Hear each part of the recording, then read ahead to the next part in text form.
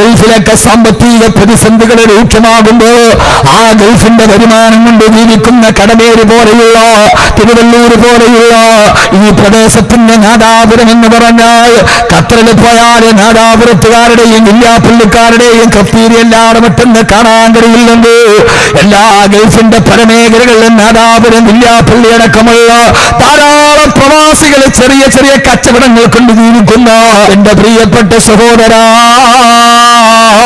ഒരൊറ്റ കാര്യം ഞാൻ നിങ്ങളോട് ബോധിപ്പിക്കുകയോ, നമ്മളൊക്കെ ചിന്തിച്ചത് എന്തെന്നറിയോ, ഈ സമ്പത്തും ഈ സന്താനവും ഈ ഭാര്യയും നിലനിൽക്കുമല്ല.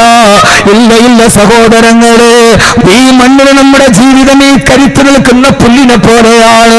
3 വെയിലേറ്റാൽ ഒരു മരം നഷ്ടപ്പെട്ടാൽ കരിഞ്ഞു വാടി നിൽക്കുന്ന പുല്ലിനെ പോലെ ഏത് സമയത്തും കരിഞ്ഞു മാറാവുന്ന ജീവിതമാണ് നമ്മുടേത്. ആ സമയത്ത് നിങ്ങൾക്കറിയോ, പ്രതിസാലമായ കാരാവാരം പോലെ പരന്നു കിടക്കുന്ന മണലാരുണ്യത്തിൽ കൈക്കുഞ്ഞിനെ തന്റെ കയ്യിലേൽപ്പിച്ചിട്ട് പ്രിയപ്പെട്ട ഭർത്താവ് യാത്ര പറഞ്ഞു പോകുമ്പോ ആ ഭർത്താവ് കയ്യിലേൽപ്പിച്ച പ്രിയപ്പെട്ട കുഞ്ഞ് പൈതാഹം കൊണ്ട് പൊട്ടിക്കരയുമ്പോ ഒരു തുള്ളി വെള്ളത്തിന് വേണ്ടി സഫയിൽ നിന്ന് മറുവയിലേക്ക്, മറുവയിൽ നിന്ന് സഫയിലേക്ക് ഓടിച്ചാടി നടന്ന് കാൽപ്പാടത്തിൽ നിന്ന് നിരകളിച്ചു വന്ന ജലസരത്ത് കൊണ്ട് തന്റെ കുഞ്ഞിന്റെ ദാഹം തീർന്നു. ഏതാണ്ട് 8 വർഷക്കാലം ഭർത്താവില്ലാതെ ഒരു പ്രവാസിയുടെ ഭാര്യയുടെ റോൾ മോഡൽ ഹാജരാബീലിയ മണലാരുണ്യത്തിലേക്ക് പോയി ഭർത്താവില്ലാതെ. എന്റെ പൊന്നു പെങ്ങളെ, നാദാപുരത്ത് താമസിക്കുന്ന പ്രവാസികളെ, നിങ്ങളുടെ ഭാര്യമാരുടെ റോൾ മോഡൽ ഹാജരാബീലിയ ഇബ്രാഹിം നബി ഫലസ്തീനിലേക്ക് പോയി ഭർത്താവില്ലാതെ പിഞ്ചു പൈതലിന് 9 വയസ്സോളം മരുഭൂമിയിൽ തന്നെ വളർത്തിയുണ്ട്. 9 വർഷം കഴിഞ്ഞ് ഫലസ്തീനിൽ നിന്ന് ഇബ്രാഹിം നബി തിരിച്ചു വരുമ്പോ ആ ഇബ്രാഹിം നബി വരുന്ന സമയത്ത് മകൻ ഇസ്മായിൽ ഓടിച്ചെന്നില്ല മുഅ്മിനീങ്ങളെ, ഉപ്പാന്ന് പറഞ്ഞ് കെട്ടിപ്പിടിച്ചില്ല മുഅ്മിനീങ്ങളെ. അന്ന് രാത്രിയിൽ കിടന്നുറങ്ങുമ്പോ രാവിലെ എഴുന്നേറ്റിട്ട് പറഞ്ഞു, ഹാജറ നമ്മുടെ മോനെ ബലി കൊടുക്കണമെന്ന് അള്ളാഹ് എന്നോട് സ്വപ്നത്തിൽ പറഞ്ഞിരിക്കുകയാ. ഏത് പെണ്ണും പൊട്ടിത്തെറിക്കുന്ന നിമിഷം, ഏത് പെണ്ണും പൊട്ടിത്തെറിക്കുന്ന നിമിഷം. ഇല്ല ഇല്ല, 9 വർഷക്കാലം താൻ ഒറ്റക്ക് വളർത്തിയ ഇസ്മായിലിനെ കയ്യിലേൽപ്പിച്ചുണ്ട് ഇവന്റെ പ്രിയപ്പെട്ട ഭർത്താവിനെ യാത്രയാക്കുമ്പോ മലയടിവാരത്തിലെ കൊരിവയിൽ മൂർച്ചയുള്ള കത്ത് മറ്റേ കയ്യിൽ പിഞ്ചുമകൻ ഇസ്മായിലിന്റെ കൈ പിടിച്ച് തന്റെ മകനെ കടുത്തിറക്കാൻ 9 വർഷക്കാലം ഒറ്റക്ക് വളർത്തിയ ഇവിടെ ഗൾഫുകാരന്റെ ജീവിതം തകരുമ്പോ ഭാര്യ പറയുന്നത്, നിങ്ങൾ ഗൾഫിലല്ലായിരുന്നു, ഇതൊക്കെ സമ്പാദിച്ചതും വളർത്തിയതും ഞാനാ. പെണ്ണെ കേട്ടോടി, ഹാജറ ബീവി ഒരു കയ്യിൽ മൂർച്ചയുള്ള കത്തിയും മറുകയിൽ പിഞ്ചുബാലൻ ഇസ്മായിലിനെയും പിടിച്ചിട്ട് ഇബ്രാഹിം നബി പോകുമ്പോ പുറകിൽ നിന്ന് നിലവിളിച്ചില്ല, പൊട്ടിക്കരഞ്ഞില്ല, അവകാശവാദം പറഞ്ഞില്ല. പാറക്കല്ലില് മലത്തിക്കടത്തിയ പൊന്നുമോന് കഴുത്തിലോട്ട് കത്തിവെക്കാൻ പോകുമ്പോ പൊന്നുമോൻ പറഞ്ഞ ചില വാക്കുണ്ട്, ഉപ്പാ എന്റെ മോനെ, എന്നെ ഇങ്ങനെ ഉപ്പാടെ നേരെ തിരിച്ചു കിടത്തിയിട്ട് അറുക്കല്ലേ, എന്നെ പാറക്കെട്ടില് കമഴ്ത്തി കിടത്തിയിട്ട് അറുക്കൂപ്പാ.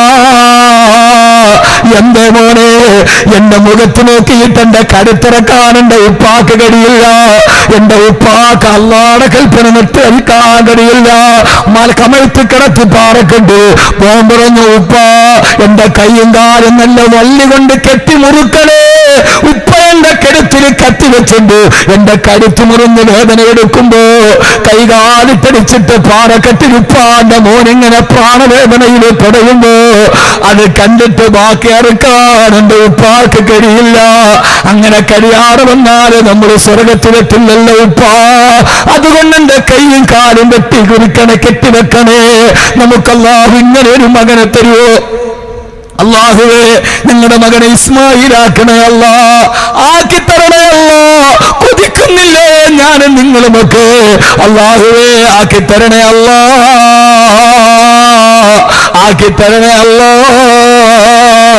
ആ മകൻ പറഞ്ഞു, ഉപ്പാ എന്നെ അറുത്തു കഴിഞ്ഞാൽ എന്റെ രക്തം പുരണ്ട കുപ്പായം എന്റെ ഉമ്മാനെ കാണിക്കരുത്, എന്റെ ഉമ്മാക്കത് സഹിക്കാൻ കഴിയില്ല ഉപ്പാ. ഞാനൊന്ന് ചോദിക്കട്ടെ, 9 വർഷക്കാലം കഴിഞ്ഞ് വാപ്പ തിരിച്ചു വരുമ്പോ ആ വാപ്പാനോട് സ്നേഹമുള്ള ഇസ്മായിൽ നബി ഇബ്രാഹിം നബിക്ക് സമ്മാനിച്ചതാരാ?